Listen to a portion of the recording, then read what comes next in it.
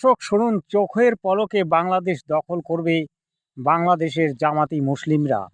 তাহলে এবার ভারতের অবস্থাটা কি হবে আপনারা এক নজর শুনুন, তারপরে ব্যাখ্যায় আসছি। বাড়াবাড়ি করলে বেশি নয়, বাংলাদেশ থেকে 1 কোটি 1.25 কোটি মানুষ মুসলমান যদি যায়, ভারত চোখের পলকে আমরা দখল করে নেব।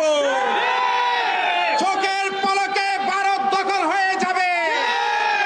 ইসলামের বিজয় পতাকা আমরা ভারতে উড়িয়ে প্রমাণ করে দেব। মুসলমান সর্বশ্রেষ্ঠ জাতি, সর্বশ্রেষ্ঠ জাতি মুসলমান। দর্শক কি বুঝলেন?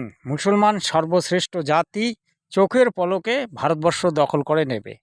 তা আমার এই ভাইটিকে আমি বলছি, আরে তুমি তো ভারতবর্ষ দখল করার কথা বলছো, তুমি বর্ডারটা পার হয়ে এসো, দেখা যাবে।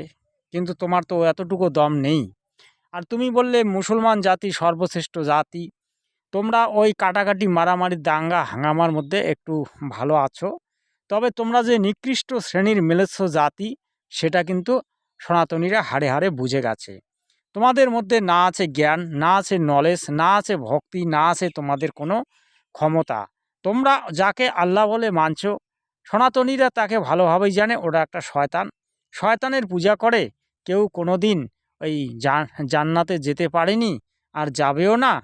আরও কি বলবো, আপনারা তো ওই ম্লেচ্ছ মির্জাফর এবং আরও ওই আতঙ্কবাদীর মধ্যে পড়েন আর কি। তো আপনাদেরকে আর কি বলবো, দেখা যাক কবে আসেন, কবে দখল করেন।